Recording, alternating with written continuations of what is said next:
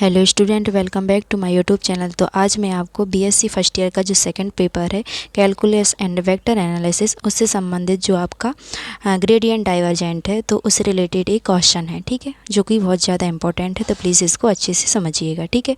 तो ये जो क्वेश्चन है इसमें आपको दिया है r equal to x i plus y j plus z k. तो आपको प्रूव करना है gradient r equal to r cap, या फिर इसको हम क्या लिख सकते हैं, del r equal to r cap, ठीक है।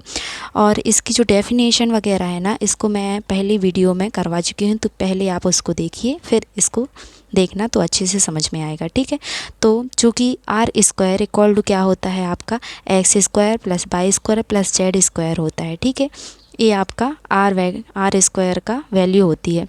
अब क्या करना है, सिंपली ये जो आपका इक्वेशन है ना, इसका एक्स के सापेक्ष, वाई के सापेक्ष और जेड के सापेक्ष आपको आंशिक अवकलन करना है, ठीक है।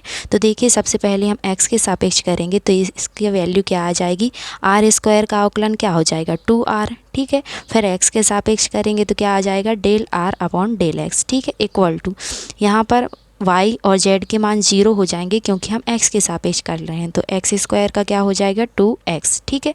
अब यहाँ देखिए 2 से 2 कैंसिल आउट हो जाएगा, तो यहाँ पर क्या बचेगा del r upon del x equal to क्या बचेगा x अपॉन आर बचेगा, ठीक है। इसको मैं पहले लिख लेती हूँ ताकि आपका टाइम बच जाता है, इसलिए मैं इसको पहले लिख लेती हूँ ताकि आपको जल्दी जल्दी समझ में आता जाए, ठीक है।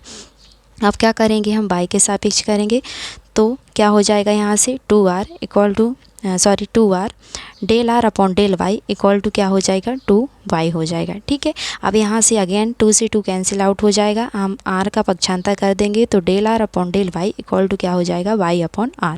इसी प्रकार z की वैल्यू आ जाएगी del r upon del z equal to z upon r, okay. अब देखिए, आपको LHS लेना है ग्रेडियंट r, ठीक है। तो ग्रेडियंट आर आपका जो होता है वो क्या होता है डेल आर होता है, ठीक है। और जो डेल की वैल्यू होती है वो क्या होती है i del upon del x. अब चूंकि ये आर है तो ये आर लिखा, ठीक है। बाकी डेल है जो इसकी जो वैल्यू होती है i del upon del x a r plus j del upon del y r plus k, ठीक है, del r upon del Z.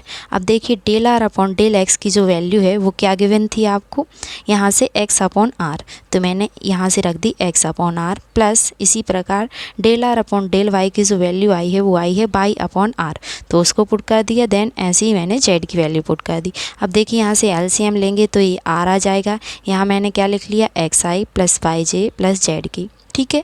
ये क्या होता है आपका आर वेक्टर का मान होता है, जो कि आपको क्वेश्चन में दिया था ऊपर, r vector equal to x i plus y j plus z k, ये गिवन था, ठीक है। तो इसको मैं क्या लिख सकती हूँ, आर वेक्टर लिख सकती हूँ और अपॉन में क्या था आर। अब आपने 12th में ये फॉर्मूला पढ़ा होगा कि आर वेक्टर अपॉन आर होता है तो वो क्या होता है आपका आर कैप होता है, दैट मीन्स एक अभिलंब सदिश होता है, ठीक है। और ये आपको प्रूव करना था। तो बिल्कुल सिंपली ये बहुत ही ईजी क्वेश्चन है। आई होप आपको समझ में आया होगा। तो please like subscribe this channel. Okay, thank you.